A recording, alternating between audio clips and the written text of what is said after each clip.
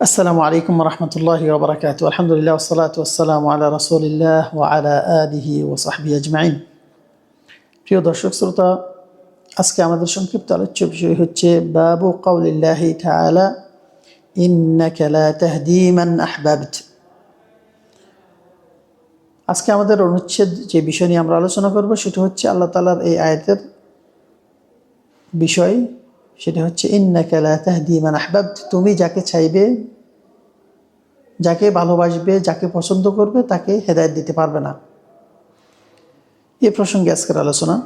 আল্লাহ সুবহানাহু ওয়া তাআলা ইরশাদ করেন বা'দা আউযু বিল্লাহি মিনাশ শাইতানির রাজীম, ইন্নাকা লা তাহদি মান আহবাবতা ওয়ালাকিন্নাল্লাহা ইয়াহদি মান ইয়াশা ওয়া হুয়া আ'লামু বিল মুহতাদিন।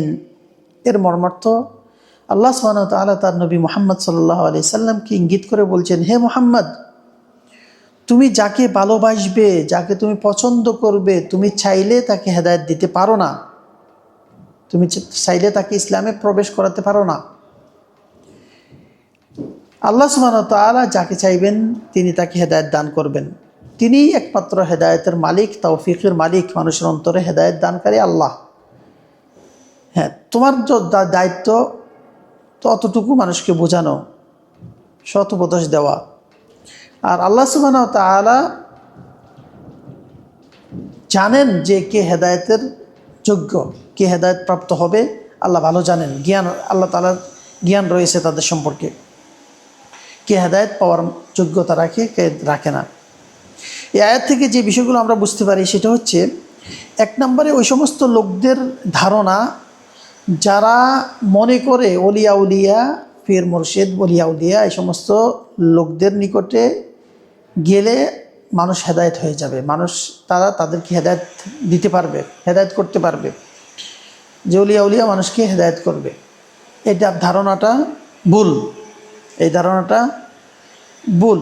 হেদায়েতের মালিক হচ্ছেন আল্লাহ সুবহানাহু ওয়া তাআলা। আল্লাহ যাকে চাইবেন তাকে হেদায়েত দিবেন। আমি শুধু মানুষকে সৎ উপদেশ দিতে পারবো, কিন্তু অন্তরে হেদায়েত প্রবেশ করানো, তাদেরকে সঠিক পথে ধাবিত করানোর একমাত্র তৌফিক আল্লাহর হাতে। দুই নম্বর যে বিষয়টি সেটি হচ্ছে তৌফিক বিয়াদিল্লাহ। তৌফিক যেটা মানুষকে হেদায়েত দান করা, অন্তরে হেদায়েত ঢেলে দেওয়া, সৎ পথে মানুষকে পরিচালিত করার একমাত্র ক্ষমতা আল্লাহ তাআলার রয়েছেন। আল্লাহ তাআলা যাকে চাইবেন তাকে হেদায়েত দিবেন। আর কেউ ইচ্ছা করলে, কাউকে পছন্দ করলে, ভালোবাসলে যে হেদায়েত করতে পারবে তা সঠিক নয়। তিন নম্বর বিষয় হলো আল্লাহ সুবহানাহু ওয়া তাআলার যে ইলম রয়েছে, তিনি যে জানেন, জ্ঞান রয়েছে, সেটি এই আয়াতে সাব্যস্ত হয়েছে। আল মুশাব্বিব আন আবি, তিনি বলছেন যে তার বাবা থেকে তিনি রেওয়ায়াত বর্ণনা করছেন যে যখন আবু তালেব এর মৃত্যু সংগঠিত হয়, মৃত্যুকালে যখন তিনি বিছানায় শয়নকালে রাসূলুল্লাহ সাল্লাল্লাহু আলাইহি সাল্লাম তার নিকটে এলেন। আবু তালেব, তার চাচা আবু তালেব, যখন তার মৃত্যু সন্নিকট হয়, ওই মৃত্যুকুলে ঢলে পড়ার পর রাসূলুল্লাহ সাল্লাল্লাহু আলাইহি সাল্লাম তার নিকটে বিছানার পাশে এসে বললেন, হে আমার চাচা, কুল লা ইলাহা ইল্লাল্লাহ, হে আমার চাচা বলুন লা ইলাহা ইল্লাল্লাহ কালিমাতান উহাজ্জু লাকা বিহা ইনদাল্লাহ। হে আমার চাচা, আপনি বলুন লা ইলাহা ইল্লাল্লাহ, একটি বাক্য, যে বাক্য নিয়ে আল্লাহর সামনে আমি যুক্তি নিয়ে দাঁড়াবো, আপনার জন্য সুপারিশ করব, আল্লাহর সামনে আমি আপনার জন্য এই বাক্যের মাধ্যমে আপনার জন্য আমি সুপারিশ করব।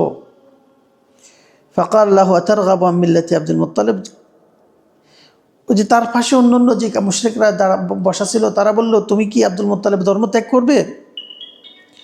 এরপরে তিনি আবার সাল্লাল্লাহু আলাইহি সাল্লাম তার চাচাকে আবার বললেন, হে চাচা বলেন লা ইলাহা ইল্লাল্লাহ, আপনি বলেন আল্লাহ ছাড়া সত্য কোনো মাবুদ নেই, আমি আল্লাহর কাছে আপনার জন্য সুপারিশ করব, এই কালিমা দ্বারা আমি আল্লাহর সামনে দাঁড়াবো।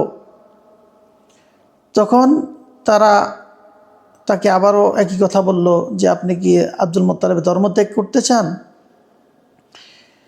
তিনি সর্বশেষ যেটা বলল, আনা তিনি বললেন যে আমি আব্দুল মোত্তালেবের ধর্মের উপরেই আছি। এই কথা বলে তিনি মৃত্যুবরণ করে। রাসূলুল্লাহ সাল্লাল্লাহু আলাইহি সাল্লাম কষ্ট পান, মনক্ষুণ্ণ হয় যে তিনি তার চাচা আবু তালেব, যে নাকি তাকে সাহায্য করছে দিন প্রচারের ক্ষেত্রে, ডান হাত হিসাবে এবং ছায়া হিসাবে ছিল, তাকে তিনি ইসলামের দাওয়াতটি পৌঁছে ইসলাম কবুল করাতে পারলেন না, হেদায়েত দিতে পারলেন না। এই জন্য তিনি মনক্ষুণ্ণ হন, কষ্ট পেয়ে যান।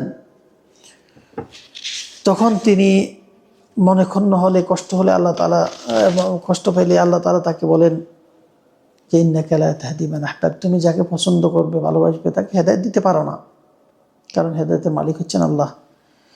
তো এখান থেকে আমরা যেটা বুঝি সেটা হচ্ছে রোগীদেরকে দেখতে যাওয়া, রোগী জিয়ারা করা, এটি একটি মুস্তাহাব কাজ, যদিও সে নন মুসলিমও হতে পারে, এর মাধ্যমে তাকে ইসলামের দাওয়াত দেওয়া যেতে পারে। 2 নম্বর বিষয় হলো যে মানুষের পিছনে বা অসৎ কিছু চক্র থাকে যেটা কাজ করে, অসৎ সঙ্গ মানুষকে সর্বনাশ করে দেয় এবং তাদের দ্বারা মানুষ ক্ষতিগ্রস্ত হয়। এর থেকে বেঁচে থাকতে হবে। 3 নম্বর বিষয় হলো মুশরিকদের জন্য ইস্তেগফার করা যাবে না, ক্ষমা চাওয়া যাবে না।